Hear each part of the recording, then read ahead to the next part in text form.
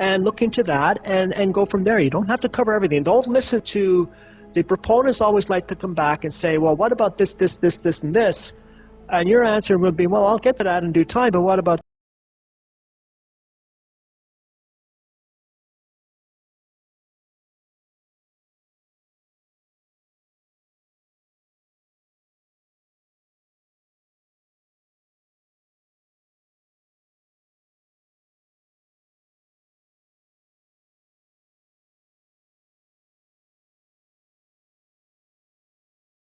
this? You see, their way of avoiding some of the anomalies that Scott has brought up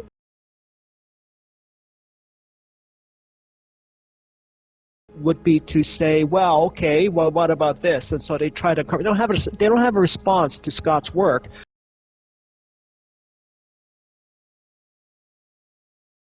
So they come up with what about this, but they did this and this and this, and that's how they do it. Is they try to distract and divert you away from that.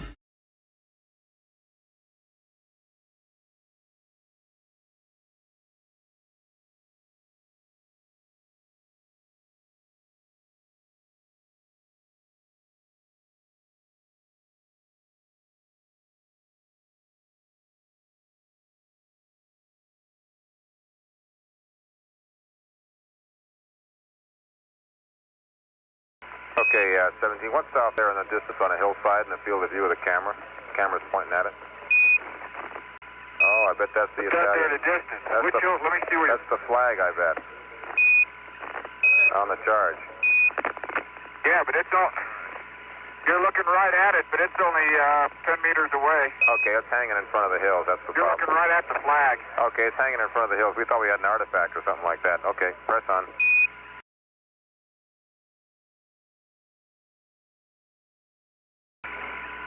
You put the Norman away. Put it fairly near that trench. At least there's some documentation, and I'll try to have the band going while you're doing it.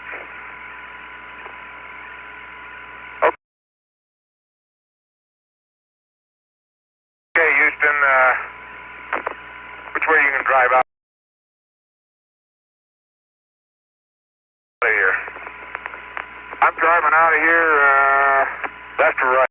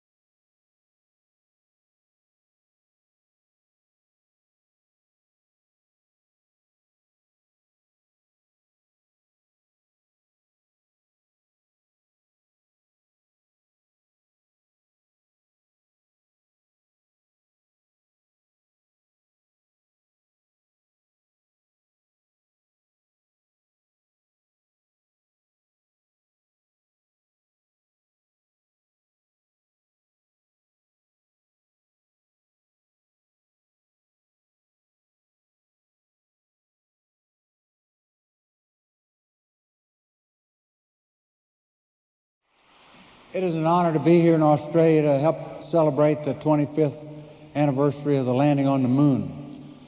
Not many people know, but if it wasn't for the tracking network at Parkes and Honeysuckle, the Apollo lunar module, when Neil and Buzz were going down on the lunar surface because they had the radar alarms, without the communication system between here and Earth, back to Mission Control in Houston, they might have had to abort that mission.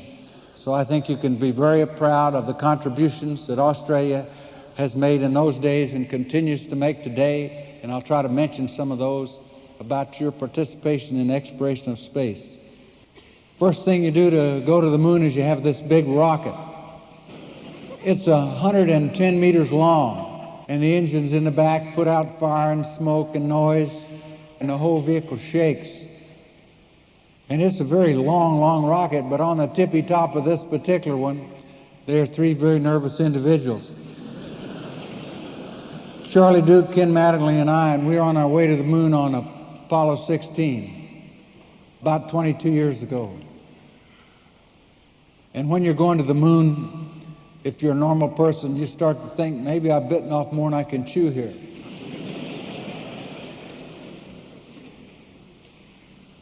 Well, Earth is 300,000 kilometers away.